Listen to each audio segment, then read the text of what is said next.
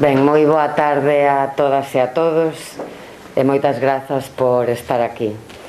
Pechamos hoxe este ciclo de conferencias do Anuario Brigantino dedicado a Antolín Faraldo co privilexio de contarmos coa presencia do catedrático Justo Beramendi, que nos falará do nacemento do galeguismo político nunha charla que contextualizará o momento histórico que viviu o betanceiro Antolín Faraldo, ao que se lle dedica este ano 2022 con motivo do bicentenario do seu nacemento. Justo Beramendi é un dos máis recoñecidos historiadores galegos, cofundador e presidente do Museo do Pobo Galego durante máis de 20 anos e que ademais, vou facer un anticipo, se mo permites, deixará de selo nos vindeiros días. Tamén é membro fundador da Fundación Castelao, tamén director da sección de pensamento político da Fundación Vicente Risco e participou na creación das revistas Negaciones, A Trave de Ouro e Tempos Novos.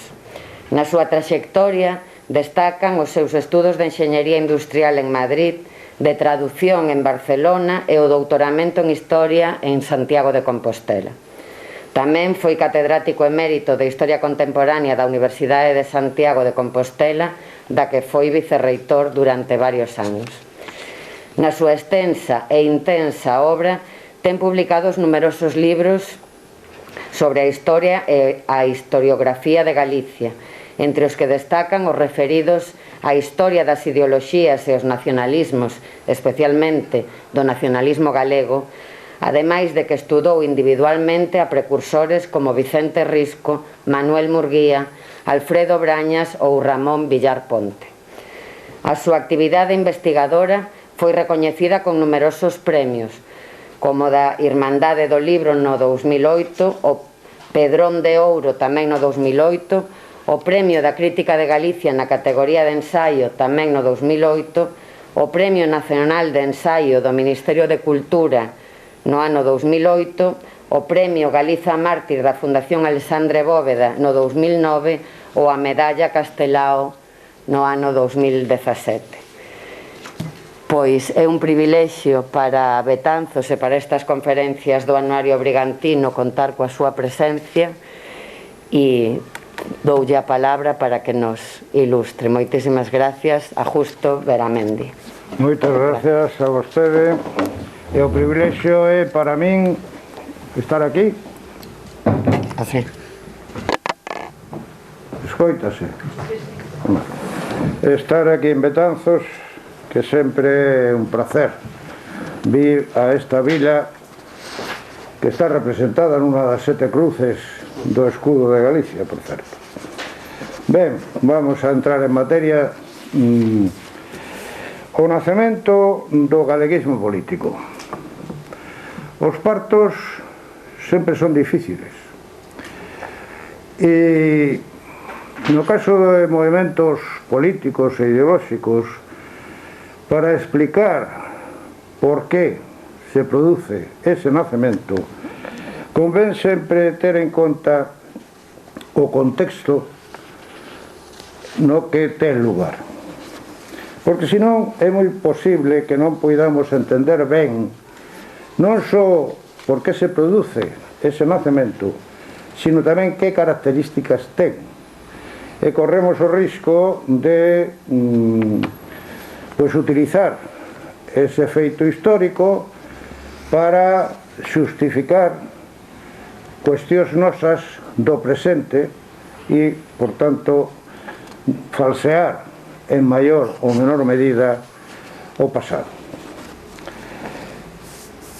O galeguismo político, baixo o nome de provincialismo, nace en Galicia, logo falaremos dese nome, nace en Galicia no sexenio de 1840 a 1846. E nese sexenio é un momento moi concreto, moi particular da historia política do Estado español, que explica en boa medida o porqué dese nacemento.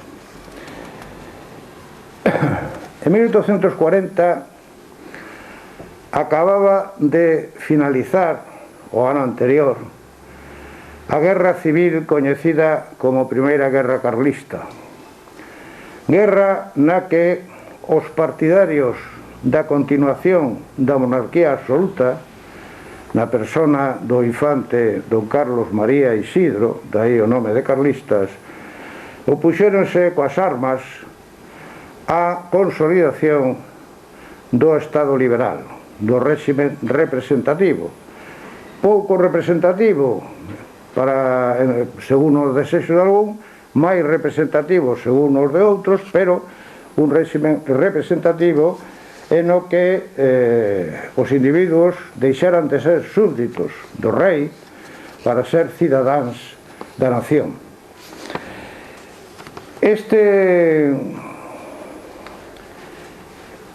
Esta primeira derrota, que máis que derrota foi un pacto do carlismo, asinado co convenio de Vergara entre o general Baldomero Espartero, xefe das forzas liberais, e o general Maroto, xefe das forzas carlistas, eliminou para sempre, de unha forma definitiva, a posibilidade de que resucitase a monarquía absoluta e plantexou na axenda política do momento que tipo de Estado liberal había que construir.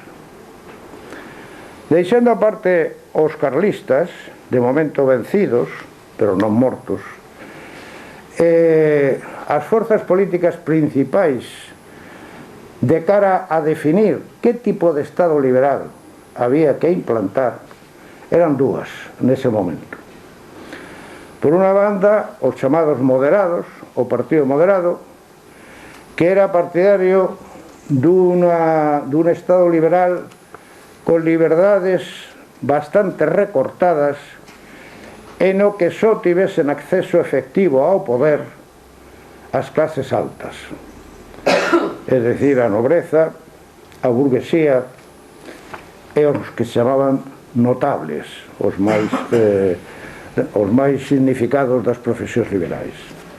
Fronte ao Partido Moderado estaba o Partido Progresista, que non era partidario da democracia pura e dura, non era partidario do sufragio universal, pero que si era partidario de que as posibilidades de acceso ao poder non se limitasen ás clases altas, sino que incluísen tamén as clases medias, e polo tanto que houvese un maior grado de liberdade de asociación, de liberdade de prensa, de liberdades en xeral. Esta é a loita que hai. En 1840, cando se expulsa a rexente María Cristina e toma o poder como rexente o general Espartero ao ronchel da súa victoria sobre os carlistas, os progresistas están no poder e acceden ao poder porque hai un conxunto de xuntas revolucionarias nas distintas cidades que, de signo progresista, que avalan esa subida ao poder do general Espartero. Pero o general Espartero era un progresista moi peculiar, un progresista que non tiña ningún inconveniente en bombardear Barcelona porque aí non lle obedecían o suficiente. E esta, digamos, deriva algo autoritaria do general Espartero provocou a división dos progresistas. No seu dese partido aparece unha corrente cada vez máis forte de anti-esparteristas que queren manter o que eran as esencias protodemocráticas do Partido Progresista. De maneira que en 1843 hai outra vaga de xuntas revolucionarias en todas as cidades que se opoñen os esparteristas contra os anti-esparteristas e que acaba máis ou menos nun empate, pero esta división dos progresistas é aproveitada polos moderados para ir escalando posicións hasta facerse co poder en 1844, aprobar unha nova constitución moi restrictiva, moi pouco representativa, a de 1845, e unha vez agarrado o poder non soltalo. E ao frente do goberno, en determinados momentos, nos momentos que a nos interesa, estaba outro xeneral, outro espadón, como se decía entón, o xeneral Narváez, que era aínda máis bestia que Espartero, o que xa era decir. Ben, pois este é o contexto político no que vai xurdir, e logo veremos por qué, o chamado provincialismo en Galicia. Pero aparte deste contexto político tamén hai que ter en conta o contexto intelectual. As novas correntes de pensamento que chegan de Europa, e non necesariamente pasando por Madrid, sino moitas veces directamente a Galicia, e que no que a nos atinxe son principalmente as seguintes. En primeiro lugar, unha corrente máis ou menos difusa que se pode considerar artística, literaria, etcétera, etcétera, pero que tiña dentro de sí unha serie de elementos de ruptura cos valores e co orden establecido, e que é iso que chamamos romanticismo. Pero dentro do romanticismo hai manifestacións intelectuais moito máis precisas que nos afectan directamente ao noso tema. A finais do século XVIII e principios do XIX, un filósofo menor da Ilustración alemana, da Aularum, Herder, empezou a romper co unha das bases máis comuns e máis importantes da Ilustración europea, e era esa idea de que todos os seres humanos son basicamente iguais e só adxetivamente diferentes, e que o que interesan son os dereitos universais para eses seres humanos basicamente iguais, e polo tanto esta idea tiña unha perspectiva máis cosmopolita, máis universalizadora. Isto é un elemento moi importante nas ilustracións europeas, e Herder empeza a romper con eso e di que os seres humanos son esencialmente diferentes entre sí e adxetivamente iguais, é dicir, invirte e por qué? Por qué? Pois porque o importante non é o individuo, é o pobo, é o conxunto de individuos que teñen en común unha cultura, unha lingua, unha historia, unha determinada maneira de ser, etcétera, etcétera. É, digamos, a idea das comunidades humanas orgánicas como suxeitos fundamentais da historia e do presente. Esta idea herderiana do pobo, do folk, e tamén da alma do pobo, do Volksgeist, de que cada pobo ten unha maneira de entender o mundo, de representarse o mundo, etc., era absolutamente revolucionaria respecto dese paradigma dominante até ese momento que era a Ilustración. E un pouco despois, e moi relacionado con estas tesis herderianas, xurde en Alemania tamén unha corrente historiográfica, o historismo, chamamos, no que se interpreta a historia non a maneira de Voltaire, sino en función destes suxeitos colectivos, destes povos, de maneira que é na historia dos povos onde hai que atopar os fundamentos digamos, do presente e as justificacións do que haxa que transformar nese presente, se que hai que transformar algo. E hai outra influencia que importa moito, para o noso tema, que é o celtismo. O celtismo nace en Francia, tamén no século XVIII, da man dun frade, Dom Pedrón, que ven decir que a esencia de Francia é gala, é céltica, e non franca, e non xermánica. E esta tese que se propaga rapidamente en Francia, propágase ao calor do que se chamou ali a querelle de deux races, a querela de dúas razas, no que, digamos, hai uns autores, como Dom Perrón, que defenden que Francia é basicamente céltica, gala, frente a outros, como Henri de Boulainvilliers, que defenden que Francia é esencialmente franca, é dicir, xermánica. Baixo esta discusión alentaba unha contraposición de intereses de clase e de intereses económicos e políticos, porque os partidarios da tesis da Francia franca eran fundamentalmente os nobles, e os partidarios da tesis da Francia gala eran fundamentalmente os burgueses, de maneira que isto é como un trasunto do que virá despois coa Revolución Francesa. Pois ben, este celtismo se propaga por Europa con maior ou menor velocidade e penetra en Galicia gracias á obra de Josep Berea e Aguiar, a súa Historia de Galicia, publicada en Ferrol en 1838.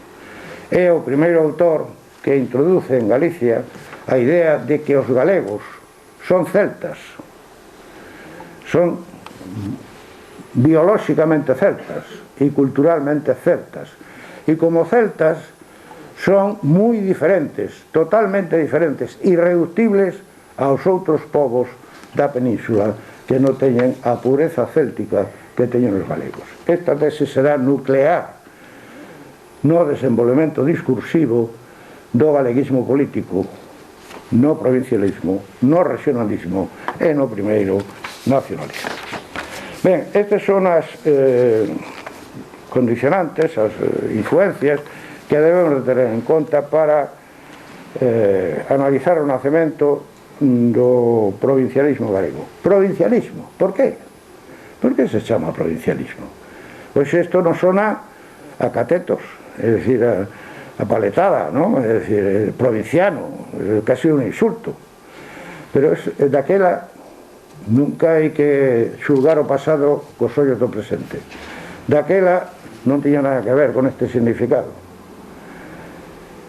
Até a reforma de Sever de Burgos de 1833, que estableceu un mapa provincial artificial, en moitos casos, da península, da monarquía española, as unidades integrantes desa monarquía eran as históricas: o Reino de Galicia, o Principado de Cataluña, o Reino de Aragón, etcétera, etcétera, que se chamaban no antigo régimen provincias, de maneira que as provincias do provincialismo non son as provincias actuais, non son as provincias de Xavier de Burgos, sino a súa antítese. É dicir, que esa provincia única de Galicia, máis chamada nos escritos provincialistas Reino de Galicia ou Patria que provincia, pero esa provincia foi destrozada, despiezada, transformándola en 4 artificiais por arte de don Xavier de Burgos, como acontece en Cataluña, onde o Principado de Cataluña, único, unha unidade integrante da monarquía, pero unidade en sí, é tamén despiezada en 4 partes artificiais, que son as actuais 4 provincias catalanas. Por lo tanto, eso é o que significa a palabra provincialismo, e nada ten que ver co provincianismo que diríamos de hoxe. Pero palabras aparte, quen foron que facían, que pensaban e que pretendían estes primeiros provincialistas. O provincialistas, bueno, hai que decir que o provincialismo se manifesta fundamentalmente en Cataluña e en Galicia. Non así no País Vasco. O País Vasco, as ansias descentralizadoras son moi diferentes. Entre outras cousas, porque no País Vasco o problema non era conseguir unha descentralización que se perdera, sino era conservar a que nunca se perdera. E que ademais no País Vasco as provincias, representada cada unha pola súa diputación foral, eran e son unidades históricas que forman parte da identidade vasca. O Euskadi, no neoloxismo inventado por Sabino Arana, o País Vasco, como queiran, en realidade é unha federación de provincias históricas. Por exemplo, quen recauda os impostos? E iso é moi importante, non só para os vascos, pero tamén, sobre todo para os vascos. Quen recauda e quen administra os impostos, os cartos? Non unha facenda vasca centralizada, sino as facendas forais de cada unha das diputacións. Todas as provincias vascas, con independencia da súa poboación, teñen a mesma representación no Parlamento de Vitoria.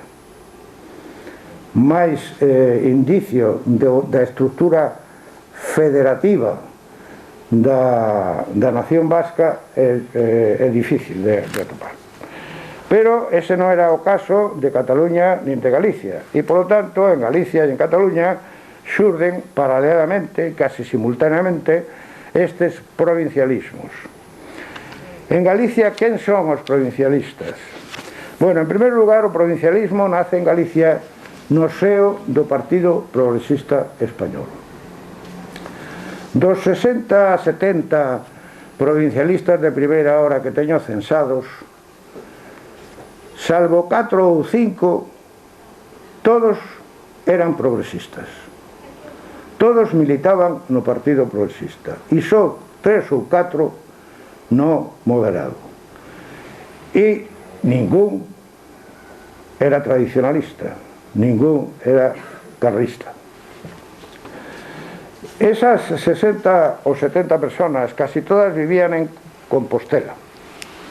Non porque foran compostelanos de pata negra, picheleiros, sino porque a maioría eran estudiantes da universidade e, polo tanto, residían allí porque estaban estudiando allí. Por exemplo, Faraldo era de aquí de Betanzos e estaban en Santiago. Bien, e desas 60-70 persoas do primeiro núcleo provincialista había profesionais liberais como o abogado Pío Rodríguez Terrazo, que fora, por certo, presidente da Junta Revolucionaria Progresista de 1843 e que volveremos a topar nas xuntas progresistas do 46, o médico Hipólito Otero. Pero tamén había algúns precursores do rexurdimento, como Francisco Añón, o Domingo Camino, algún militar progresista e ademais provincialista, como o Domingo Díaz de Robles. Pero a gran maioría, a masa fundamental deste grupo, eran os estudiantes universitarios. Aí estaba Antolín Faraldo, do que xa vos falou moi ben o Xurxo, Antonio Neira de Mosquera, os irmáns Rúa Figueroa, etc. etc. E estes, que facían? E por que os chamamos provincialistas? Bueno, por un lado, xuntábanse nunha institución, a Academia Literaria, no que se dedicaban a discutir. Había un ponente que falaba dun tema e se discutía ese tema. É moi interesante, para saber como era o pensamento destes primeiros provincialistas, analizar a relación de debates que se fixeron na Academia Literaria, porque dá moitas pistas. Esa relación, por fortuna, consérvase na prensa da época. Por exemplo, bueno, aparte de que había un interés pola historia, claro está, tanto pola historia de España como pola de Galicia, o que máis interesa aquí era, por exemplo, os debates sobre dereito penal no que se amosan partidarios de abolir a pena de morte. Estamos falando de 1840, 41, de abolir a pena de morte e de un tratamento penitenciario absolutamente benévolo e moderno para os condenados. Fálase tamén dos dereitos da muller, nun feminismo absolutamente pioneiro que, por certo, logo non aparecerá moito nas fases posteriores do galeguismo político, pero que sorprende, porque a esas alturas do século XIX era moi raro que a xente, por moi demócrata e progresista que fose, se ocupase deste tema. Moi raro. E non hai que olvidar que en España a primeira vez que pode votar a muller é en 1933, as eleccións de novembro de 1933, é dicir, casi 100 anos despois, por mor da Constitución da República do 31, que é a primeira que introduce o voto femenino. Por lo tanto, e tamén se debate sobre os falansterios de Fourier, é dicir, sobre un dos autores principais do socialismo utópico da época, de maneira que estes xa non só son progresistas, sino que van alén, xa son anunciadores do Partido Demócrata, que se fundará en 1849, e máis que do Partido Demócrata, porque están absorbendo ideas do chamado socialismo utópico. E, por lo tanto, xa non se trata só da igualdade política, sino tamén lles interesa a igualdade social e a igualdade económica. Quiere isto decir que estes primeiros provincialistas teñen un perfil intelectual moi avanzado para a época, e máis nunha universidade tan carca e tan arcaica como era a Universidade de Santiago nese momento. Aparte desto, a maioría deles facían política, pero facían política dentro do Partido Progresista Español. É dicir, cando actuaban en política, actuaban como progresistas, máis que como provincialistas. Sin embargo, se falamos de provincialismo galego, é porque no seu pensamento empezan a aparecer diferenciacións crecentes e moi importantes respecto do que podemos considerar o ideosistema convencional do Partido Progresista. Cales son eses elementos específicos que nos permiten falar dun provincialismo galego? Bueno, o primeiro é o máis superficial e pode parecer anecdótico, é o que eu chamo o síndrome da aldraxe. Reaccionan colectivamente e por escrito en contra o menosprezo pasado e presente dos galegos e das cousas de Galicia por parte da xente de fora. É dicir que, e iso como reacción tradúcese nunha fervenza de loas, de afirmacións das bondades, das belezas de Galicia e do valor dos galegos. Pero isto pode parecer algo moi superficial, é dicir, unha reacción así sentimental e relativamente irracional. Sin embargo, o que xa non é tan superficial é que o referente principal do seu pensamento, das súas preocupacións e dos seus propostas programáticas empeza a ser Galicia. é dicir, o referente principal empeza a desplazarse de España a Galicia. E, polo tanto, isto é algo que sí que non é común a todos os progresistas, ni siquiera a todos os progresistas que están en Galicia, que son galegos. E iso se reflíctese, por exemplo, como veremos, nos nomes de moitas das cabeceiras da súa prensa.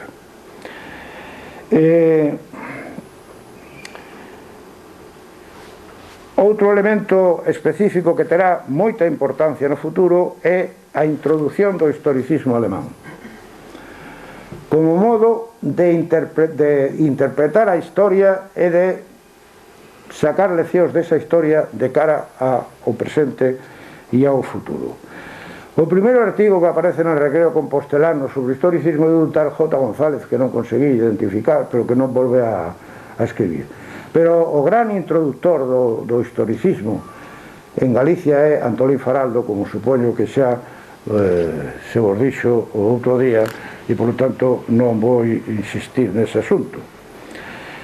E ese historicismo, unido á asunción tamén do celtismo introducido por Barea e Aguilar, fai que se considere que Galicia é un pobo orgánico de tipo herderiano, que polo tanto é sustancialmente distinto dos demais que o rodean. E non só iso, sino que se salienta o feito de que ese pobo, que non se chama nación aínda, porque non se rompeu totalmente o cordón umbilical coa nación española progresista, ese pobo de características propias tamén foi reino independente no pasado, e, por lo tanto, foi nación independente no pasado.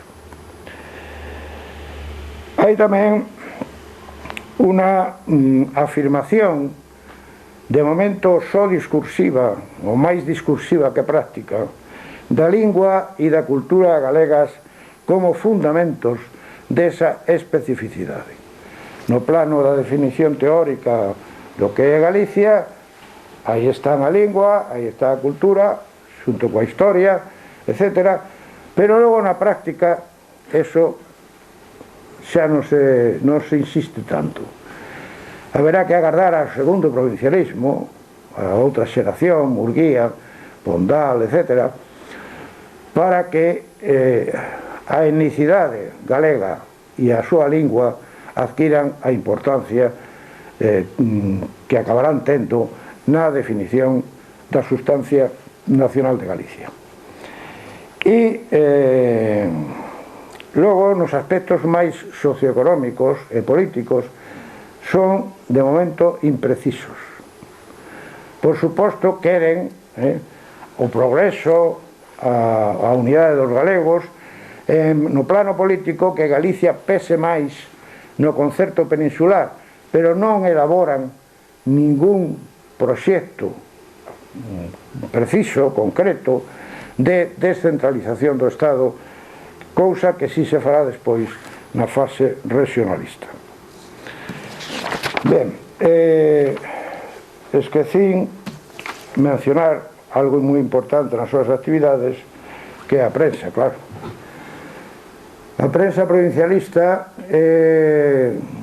nestes 6 anos é tan abundante como efímera, porque publicábase cos cartos de algúns provincialistas composibles, como podía ser Rodríguez Terrazo ou Hipólito Otero, pero non duraba moito cada cabeceira, e eso sí, rapidamente era sustituída por outra. A primeira que podemos considerar propiamente provincialista, de 1840-41, é El idólatra de Galicia. Logo haberá outras como La situación de Galicia, e as dúas máis importantes, polo menos para estudiar digamos, a formación deste primeiro embrión ideolóxico distinto do progresismo español, son El Recreo Compostelano, dirixido e prácticamente escrito por Neira de Mosquera e Antolín Faraldo, e El Porvenir, xa en 1845 de Antolín Faraldo e os irmáns Rúa Figueroa. Bien, e isto todo isto está moi ben, pero aquí o que nos estamos esperando é falar do levantamento do 46. Bueno, o levantamento do 46 é un dos pronunciamentos progresistas contra os gobernos moderados, e concretamente este contra o goberno do general Narváez, que, sin embargo, ten unhas características que o diferencian doutros pronunciamentos progresistas dese reinado dos moderados até a Vicalvarada de 1854. O primeiro elemento que o diferencia é a súa importancia militar e territorial. Algo que, sorprendentemente, non parece impresionar aos historiadores madrileños, porque un levantamento que tuvo durante 24 días a toda Galicia levantada contra o goberno central e que exixiu do goberno central enviar un corpo de exército para esmagalo, en moitas historias xerais de España non merece unha mención, pero nin unha mención. En cambio, que os sarxentos do cuartel de San Xil se cabreasen un día, se pronunciasen contra o goberno e o pronunciamento fose flor dun día, acabasen en 2 ou 3 días, eso está en todas as historias xerais de España. Pero bueno, independentemente destas miserias de certas historiografías, o que sí é certo é que o levantamento, non sei se Xurxo vos explicou. Non. O levantamento empeza o 2 de abril en Lugo, porque o comandante Miguel Solís, que non era galego nin era provincialista, estaba, por progresista, estaba medio castigado polo goberno na guarnición da Coruña, e como seguían querendo castigalo máis, pois lle ordenan que regrese á capital. E ao seu paso por Lugo, aí entra en contacto, porque xa iban conspirando algún tempo, con outros oficiais tamén progresistas, consideran que teñen fuerza suficiente para pronunciarse, e se pronuncian. E o máis sorprendente é que ese pronunciamento de Lugo atopa eco en moi poucos días en moitísimas vilas e cidades de Galicia. Por suposto en Santiago, que tiña un núcleo progresista importante, e en moitas vilas, Vila García, en fin, outras. E, polo tanto, adquire unha dimensión que obriga a nomear unha Junta Superior de Gobierno de Galicia en Santiago para coordinar as xuntas locais que se forman en todas esas vilas e cidades que se pronunciaron. E é aquí onde entra a segunda dimensión diferenciadora deste pronunciamento con respecto a outros, e é o componente provincialista que adquire ese levantamento por mor da presencia neses órganos de goberno, nesas xuntas superiores de goberno de Galicia, de provinciales destacados, entre outros Antolín Faraldo como secretario desa Junta Superior de Gobierno. E ese levantamento, esa Junta e os xefes militares da sublevación emiten unos partes y editan un periódico, La Revolución, que probablemente estuviese escrito casi na súa totalidade por Antolín Faraldo, e que, digamos, eses escritos, esas partes, retratan políticamente o que era ese levantamento. Por suposto, o grosso das reivindicacións son puramente progresistas. Derrocar o goberno de Narváez, abolir os impostos de consumo e o imposto da sal, nomear a concellos afíns ao progresismo e quitar aos moderados, en fin, todo isto. Pero, xunto a esta, digamos, este bloque, que era o de esperar, que era o progresista, aparecen frases, ideas e reivindicacións que xa non son normais no progresismo convencional. Aparece a expresión Galicia, colonia de la corte. Aparecen promesas desa Junta Superior de Galicia de defender e promover o honor e as características dos galegos, etc. E, polo tanto, hai aí unha serie de elementos discursivos que son provincialistas e non puramente progresistas, e que son os utilizados por a historiografía galeguista posterior para, digamos, presentar este levantamento como algo puramente provincialista, cando non é así. É un levantamento híbrido entre o progresismo español en Galicia e o provincialismo galego que está nacendo, que está emerxendo, pero que todavía ni siquiera é un feto de 5 semanas ou 6, é un cigoto. Ese desenvolvemento tanto ideolóxico como cultural, etc., pleno, virá co segundo provincialismo, virá a partir dos anos 50 con Murguieta. Pero o que sí contribúe a, digamos, convertir este feito do levantamento do 46 no mito fundacional de todo o galeguismo político posterior é o feito de que, unha vez derrotados os sublevados polo goberno central na batalla de Cacheiras e libradas as últimas escaramuzas nas rúas de Santiago,